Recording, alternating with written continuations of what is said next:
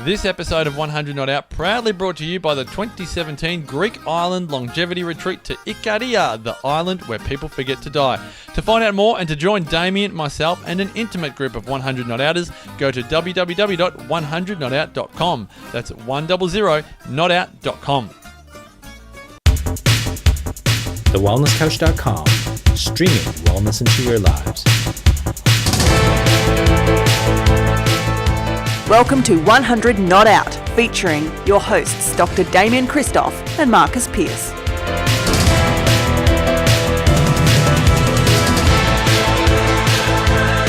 Hello and welcome to 100 Not Out, a weekly show dedicated to helping you master the art of aging well. My name is Marcus Pearce, and here I am with the demigod of digestion. He is Dr. Damian Kristof. Great man. Great to see you. Marcus Pearce. Thanks for having me here. Thanks for being my part of my contributing to my microbiome. Yeah, well, thank you for contributing to my microbiome. Thanks for being so symbiotic. You are the most symbiotic creature I think I've ever met. Yep. You just attract symbiosis. There's not a lot of dysbiosis between us, is there? Including dysbiosis, syn or symbiosis, depending on where you come from and what dictionary you read. Oh. Probiotics, prebiotics, antibiotics, microbiomes, and villi. Yeah. I think the world's becoming rather confused about what friggin' biotic they're meant to be putting into their body. Oh, I know, right? So it's not even contentious. It's just really confusing. It's just confusing. Yeah. I'm saying this as the uneducated. When I say uneducated, you're actually quite well educated. Non-medically, non-naturopathically, non-chiropractically, non-osteopathically trained everyday consumer. Yep. I don't know where my biotics come from, where I shove them up my butt, my mouth, in my ear, up my nose, cold, warm. You probably do all of those. Mate, I wouldn't know what to do. All I know is that there's probiotics in the fridge. Yes. I know that there are 475 strains of probiotics. Now we have prebiotics. I know that the probiotics and the prebiotics help undo the antibiotics that I was given willy-nilly when I was a child. Yes. We now are working out what in God's name are symbiotics, and I'm waiting for WTF biotics to hit the shelf so that everyone can buy them, because they will know that they can resonate with that more. I reckon that's a product. Kyle Brock, Marcus Pearce, Damian Kristof, WTF biotics. But people are at the WTF place with everything that ends in biotic. They just don't know what to do. Everyone's a bit confused in that regard, just because. And look, there's a great person that you and I worked with from Perth who was very, very confused about the microbiome.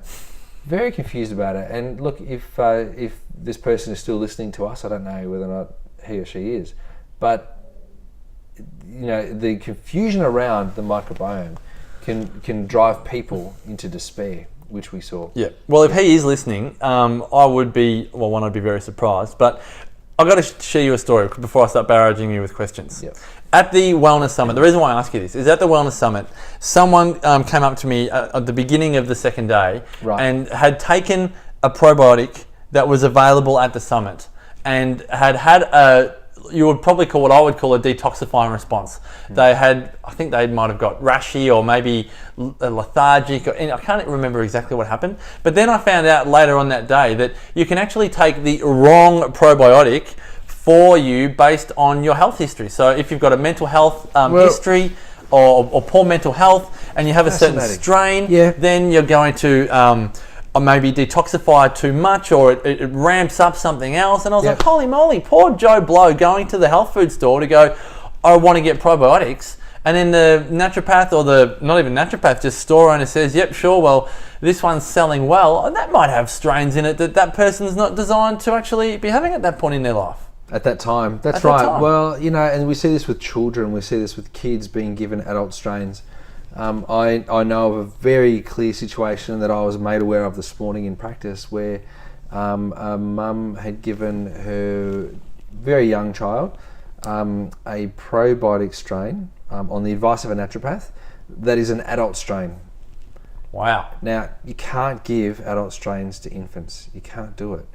Anyway, I didn't say anything more about it, and I don't think that this person will be listening to this particular podcast. However, the reaction by the child was violent and became violently ill as a result of taking a probiotic that was an adult strain probiotic at an infant's age. It's not appropriate. Like, it's kind of, you can't do it. Yeah. So the reason why we talk about adult and infant strains is because the infant strain probiotics, or the infant strain microbiota or biome that's inside a baby, matures over time based on the types of foods it starts to digest, based on the types of gases that exist inside the gastrointestinal tract, based on the exposure to the environment that the body's actually had or the person's actually had over time. Because the microbiome's not just in the mouth or in the nose or in the ear or in the gastrointestinal tract or in the backside. It's all everywhere. over. It's all over you. So It's in your little toe, your big toe. some people have more microbiome in their little toe than others. They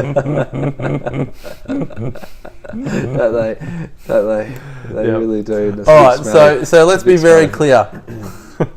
Is there microbiome in athlete's foot? Oh yeah. So It's almost macrobiome. So that's lesson one. Yeah. If you've got kids and you're giving them probiotics, they must be child strains. Can we just simplify this by saying on the label it must be very clear that it's a child-friendly probiotic? It'll be marketed to kids. Well, that's in itself risky. That's in itself risky because some companies will market their product as being for kids, but still include adult strain probiotics. Okay, so can we then say, don't buy a child probiotic Without advice, and by the sounds of it, make sure that advice is incredibly well qualified, because it sounds like there's at least one naturopath out there prescribing adult strains for children. Yeah. So in other words, but there'll be doctors out there doing the same thing as well. So it won't just be a naturopath. There'll be GPs out there doing the wrong thing too, because it is confusing. It's confusing for the professionals, and it's confusing for everyday Joe public. But okay, how many strains are there? I don't know. You said it, 400 or something. But I don't know if I that's just true. made that number up. Oh. But can't you only get like 13 or 22 strains in probiotics? I don't know. Okay, so is it pretty clear though that that's an adult strain and that's a child strain? Yeah. So all you'd have to do if you didn't know is It should actually say infantis on it. right. Yeah, or brevi. So like there's a Latin word that denotes that it's an infant strain or a small thing, right? So on the label, when you're seeing the strains that it has, it would say infantis or brevi. yeah, that's right. Now we've jumped ahead a bit. So why don't we define some terms? Yep. So prebiotic is the food for the bacteria. So prebiotic is kind of like laying down topsoil before you put seeds in. It's allowing all the nutrition to go into the gastrointestinal system that will allow the bacteria or the yeast or whatever it is that you're going to grow in there, the microbiome, the biota, it's the seed, it's the pre-seeding part of that. And that should continue to be in there. So we often hear about fructooligosaccharides, and we hear about starches, and we hear about the different sugars and the different proteins that the bacteria can grow from. And I keep saying bacteria, but it could also be yeast. They grow from to allow the culture to grow big and strong inside the body. That's your prebiotic. Can I ask you a question on that? Yeah. There are foods, Yeah. from what I understand, many foods that contain prebiotics. So we're not 100%. talking about just having a capsule. No. We'd just be saying having good food. Yeah, well, that's right. So dairy, for many people, is a fabulous prebiotic. So is fermented food. So is fruit and vegetables. Yeah, like broccoli is good in prebiotics, isn't it? Like, Totally, yeah. totally. So it's but not, so is rice. Yeah. And banana. You know. You mean grain? I know. Oh! So that's why the Okinawans have strong, robust digestion. And very low bowel cancer rate. Rice. But if you're from Ireland, don't have coconut. And don't have coconut rice. Or Greece. Yeah.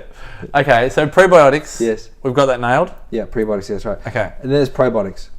Which is what everyone hears of. Everyone hears about the probiotics. Probiotics are the bacteria that are considered to be beneficial, or what's called commensal, for the body. In other words, these are bacteria or strains of tiny little bugs, it could be yeast, could be bacteria, that have been shown to be found in otherwise healthy humans. So it could be on the surface of the skin, in and around the moist patches within the body, or inside the digestive system. And these are called commensal bacteria, and we can take those commensal bacteria, some of them, because some of them still are pathogenic if you take them orally. Pathogenic meaning bad for you, but you can take many of these strains that are considered safe, to assist in the body growing, like a good culture of bacteria inside the body, and that's known as a probiotic. That's a probiotic. Okay. Can I ask you a question? Yes. You said taking some of these strains can be pathogenic on the body. Yes. So is this where it is quite possible that some people could be taking a probiotic and it's having a pathogenic effect Well, let's have a on the look at body? some of those bugs that are pathogenic. E. coli, for example, should be found in the gastrointestinal system, but if you take it orally in too large a quantity, you have food poisoning. Yeah. Dysentery, right? Yeah. But E. coli should always be found in the gastrointestinal system. Yeah. Salmonella should be found inside the gastrointestinal system. But if you have too much of it, or you take it orally and it's mixed with your food, then that can be pathogenic, and of course then that's very, very problematic. Giardia can be found commonly in people's bodies, digestive systems, not so much over here in the Western world, but it could be considered to be a commensal commensal pathogen. In other words, a pathogen that would otherwise live harmoniously in some people's bodies. Not so much over here in the Western world. But you don't buy them in a capsule form from your health Some food people are store. trying to work out how they can get E. coli back into the body because they've had so many antibiotics, they've knocked off all their E. coli in their body, that's in itself created dysbiosis. And dysbiosis is imbalance. So biosis, or biome, meaning balance, bacterial balance, bug balance. Dys meaning out of order. So, dysbiosis is where the things are kind of Wealth of knowledge. no right now. longer in balance. Yeah. This So is good. dysbiotic condition is where there's been a commensal bacteria or a pathogenic bacteria. Define commensal for me again. Beneficial? Commensal, something that should live there. Yep. Yep. Okay. Yep. So something that should live in an environment is a commensal bacteria, or a commensal microorganism, and those microorganisms can become pathogenic if they go out of control or they're unimpaired. So it's kind of like a whole bunch of people running around the streets without policing. It's really, really good for a little bit of time until it gets a little bit unruly, and then it needs a little bit of policing. The police come in and correct it all, and that creates a symbiotic environment. Okay, so now it seems like we have symbiotics, or Well, symbiosis is a state. yeah. So is it symbiosis where everybody lives harmoniously and peacefully, kind of like in Finland, in Åland. we talk about Yeah. symbiotic, but I'm confused because I'm reading SYN biotics. So I'm wondering, are there products now called Synbiotics, which, based on what you're saying, are all about bringing balance back in? Sim. Yes, sim. SYM. M. Yeah. Means symmetry, balance, right? So everything's in harmony. So when you take a bacteria or a microorganism, there are some microorganisms that compete for territory. And so like iron and zinc compete, for absorption with vitamin C, the same thing happens with certain types of bacteria. So you wouldn't necessarily take, say, I don't know, I'm just going to throw some strains out here, and I don't know whether or not they compete. You may not take LGG, for example, with Saccharomyces.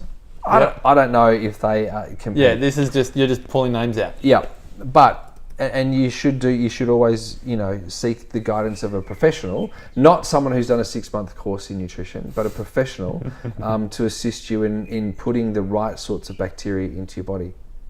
Does that make sense? Absolutely. I'm just googling Synbiotics because I've been seeing this term, and again, I don't mean to confuse everyone, but syn with an N, wondering what is Synbiotics, and we're talking about symbiosis, Right. and just whether there's another new product to confuse the living daylights out of everyone. Like it's a coined term. Symbiotic powerhouse combination of prebiotics known as. Oh, okay. So a symbiotic formula appears to have both pre and probiotics in it. This is confusing for everyone. Why do they call it Synbiotic? They're using like the word syn maybe as a synonym to kind of come together. Maybe that's what it is. That's really interesting. So I don't know, maybe it's the combination of food and microorganisms all in one formula. It seems to be becoming relatively clear that people know that it's wise to combine pre and probiotics. Yeah. So people, when I say relatively clear, for people that listen to Wellness Couch podcasts, they've probably heard many times before that pre and probiotics are good, particularly if you've had a history of regular antibiotic use, or you've just lived in the Western world, or not even the Western world, any world, it's wise, and as you're saying, it's commensal to actually have probiotics. The bacteria is designed to, it should be in the gut. Yeah. But in a particular order. Okay, here we This go. is important. This is important. I see so many people try to jump steps. Now, we all hear about leaky gut, and we all hear about chronic fatigue syndrome and ME and all these sorts of problems. At the end of the day, if you've had to have antibiotics to save your life or to get rid of infection or whatever it is, if you've done that, you now have to repopulate your gastrointestinal system. The best way to repopulate your gastrointestinal system is to allow the infant strains of bacteria to grow and go through all of the stages. Don't just go and throw adult strains at it just because you're now an adult. You've knocked out some of the little shrubs that would grow to trees. You've knocked them out. You've actually torn down rainforests, and all of a sudden you want to go and plant big trees. Like you've got to kind of grow from the bottom up. So I always recommend, if people have had to have, particularly adults, and if they've had chronic repeated exposure to antibiotics and infections, I recommend that they take children's strain probiotics. Now, this is kind of counterintuitive for many people listening to this, and there'll be practitioners listening going, what are you talking about, Damian? Well, I've been doing this for nearly 20 years, and I give infant strain bacteria, microorganisms, to adults who have had lots of exposure to antibiotics, because it helps to inoculate and resupply the baby strains that would have been there in smaller quantities, small numbers, that then allows for growth of the little ones into big ones, and allows for proper seeding of a microbiome that's healthful. So I like to go back to basics. If you've gone through, and I'm going to be very, very politically incorrect here. Go for it, I love it. Hiroshima had a bomb dropped on it. I guarantee they didn't build, as the first building, a massive tower. They didn't do that. They would have built the houses first, the parks. Yeah. They would have built all of that from the ground up. Start from scratch. They got it all small again. Then they redid the roads and, kind of got gardens going again and all of that. So they got everything going small first before they got to the bigger buildings. And that's kind of what you really need to do with your gastrointestinal system after you've annihilated it with a nuclear bomb, known as an antibiotic. But I'm just going to think of people, regular Joes like me, that grew up, had my tonsils out, would have had antibiotics every now and again for 20 odd years of my life, all of that stuff. I would think, based on what you're saying, that even that type of scenario is enough to warrant a ground up approach. But I've never done that. I've just always jumped on the bandwagon and just said probiotics, okay. And so here's one of the greatest things you've done for your microbiome. It's have children. Yeah. So they got the microbiome of Sarah, and they shared their microbiome with you because they cuddled you, and you've done skin on skin, and you've wiped their nappy, and you've done all that sort of stuff. You got their microbiome, and they got your microbiome, and all in your family, there's a symbiotic relationship between each of the family members in the household with very, very similar bacteria profiles. That's fascinating. And you and I, being here in this environment, share the same sort of microbiome now because we've been in the same environment for long enough that we've got similar cells in our body. What about if I was a 3-pack-a-day smoker? I would have to cop that.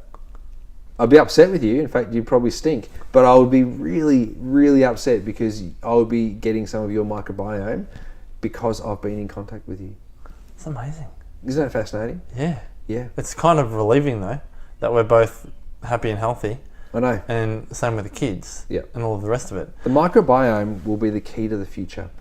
Maintenance of the human nervous system and the microbiome will be where we go with health in the future. Well, is there such a thing yet as the microbiome diet? Is there a book called the microbiome diet yet? I don't know. I don't think so. Maybe the word's too big to fit on a book. But no, it makes sense. I think people would probably go for that. But it's interesting what you say. Nervous system, microbiome. Yeah. Yeah. Fascinating, hey? Absolutely. That's where it's got to be. If you consider how our species has evolved and where we came from sperm and an egg, got together, the gastrointestinal system and the brain formed from the same cell, and then they open up and unravel. So the gut and the brain is absolutely intimately connected. The microbiome communicates with the brain communicates with the microbiome. And that's just basic human embryology. It's a cool thing. All right, I have a couple of final questions. Okay. As I think about this, for the listeners going, all right, where to now for people listening? Do they need to get a comprehensive stool analysis? Do they need to get some type of, data on their body, or can they go to a naturopath, and can a naturopath just pick products off the shelf? Or do we actually, if we've had a similar background to me, it's not that different, do we need to get the data? The data's handy, but if there's a problem or if there's fear around it, this is the kind of ask the same question about DNA, like should I get my DNA snips done? And my thing around that is, how much information do you need and how much information do you want? Like, if you want heaps of information, go get all the information. You can't go wrong with information. It's just that if you get information and it causes concern or worry or anxiety, you're probably doing a disservice to yourself. If I was done with chocolate, I'd be done. Yeah, right. So there might be things you don't want to know, and all of a sudden you now go out for a coffee or a chocolate, and you realise that it's bad for you, and you go, I don't really want it. So it's just doing your head in. So I don't know. Ask yourself the question: do you need all the information? Is your gastrointestinal system healthy? So you got to look for your number 4s. Your number 2 should be a number 4. Go to foragecereal.com. Go to Forage Cereal, and if you sign up for a newsletter, and then you can unsubscribe once you've done this if you want to. But it's good if you stay. But why would you unsubscribe? I mean, we don't send many newsletters. We just send out special prices and stuff. Yeah. Why wouldn't you want that? If you subscribe, you get access to our poo chart, and you can download those often as you like. Great printable, stick it up in the laundry. Yeah. Not the laundry, the toilet. And the bathroom. Your toilet's in the laundry. Yep. Odd, but We've got one in there. Oh yeah, but you got other toilets too. Not that odd. Anyway, there's looking at your poo. That's important. The toilet was in our laundry too growing up, so I just there you go. Yeah, it's not that odd. Unusual. Yeah. And so you want number 4s as your number 2s. You want to do the Sesame Seed Challenge. That's important. The Sesame Seed Challenge reveals how rapid your transit time is. That's important. And you got to make sure that you are aware of the smell of your fart. If the smell of your fart is repulsive, disgusting, putrid, deadly, horrible, and you crop dust from a kilometre away because it's that bad, you kind of need to get that sorted out, and that's a key indicator of gastrointestinal health. So that may be when you want more information. You might go and get a CDSA, complete digestive stool analysis, and then work with a naturopath or an integrative practitioner who can assist you in the selection of the correct bacteria. Okay, so I just have to ask a few questions here. So Maya, for example, there'll be a couple of days where she's crop dusting, for the term. Yes. But then it eases off. So sometimes that can be the food. She might have eaten something that her body... if it's chronic crop dusting, you're saying get it Most people will pass wind that smells like the meal they had the night before. But if it's continuously bad, then that's usually something to do with digestion and usually to do with some kind of food that the body just doesn't really handle very well, doesn't digest very well. All right, this is good. And Maya's a sensitive little thing, isn't she? She's very sensitive. Yep, absolutely. Very, Now, last question is, you said if the information's good if you really need it, like you're not humming along, but if you know there's room for improvement with your gastrointestinal health, are you still walking the plank a touch? Is it possible you could be having strains that your body either doesn't need, will reject, or whatever, that not even your naturopath will know if they don't do the test? Yeah. But does that matter? Well, no, I'm just thinking, does it actually save you money in the long run if you get the test, know what strains are good for you, and not play, for want of a better term, symbiotic Russian roulette with all the different products and brands and strains and all the rest of it? Yeah, probably. Look, I'm a little bit unsure as to how much information we all require. I really am. And when I think about the Icarians, the Sardinians, the Okinawans... who probably aren't popping probiotics every day. They're not. And they're probably not washing their hands all the time. And they're probably not using antiseptics and disinfectants all the time. Yeah. And they're not using as many antibiotics as what we are over here. Like, they seem to have it right. But I go back to the question, what is it that you're trying to achieve? Is it longevity like you and me? Or is it a lot of fun time? Is it reduction in symptoms? And the reason why you would do all of this will determine the degree of information that you want. So if you're looking to decrease symptoms, the more information, the better. If you want to live a long, healthy life, pretty much you've heard us talk about it long enough now. Come to Ikaria with us if you want to experience it. See it in real life. Yeah, but you know what you need to do to live a long, healthy life. It's not through testing that's going to help you do that. Jeez, so much wisdom. Thank you so much. Welcome. I hope that you loved that as much as I did. I want to go back and listen to that myself. I want to send that to my friends and family members who are sick in the guts that need that clarity that you just provided. Yep. So thanks a million. You're welcome. Replay this many times over. Share it with your friends. We love 5-star ratings in the iTunes store. I know it's awkward and a bit tricky to do, but it does make a world of difference. So please hop in there. Tell the world what you think of 100 Not Out. For more information on the 2017 Greek Island Longevity Retreat, go to 100notout.com. For more info on Damo, DamianKristof.com, myself, MarcusPearce.com.au. And until next time, continue as always to make the rest of your life the best of your life. This has been a production of TheWellnessCouch.com. Check us out on Facebook and join in the conversation on Facebook.com/The Wellness Couch. Subscribe to each show on iTunes and check us out on Twitter. The Wellness Couch, streaming wellness into your lives. Whilst the Wellness Couch presenter endeavor to provide accurate and helpful information to their listeners, these podcasts cannot take into account individual circumstances and are not intended to be a substitute for health and medical advice from a qualified health professional. You should always seek the advice of a qualified health professional before acting on any of the information provided by any of the Wellness Couch podcasts.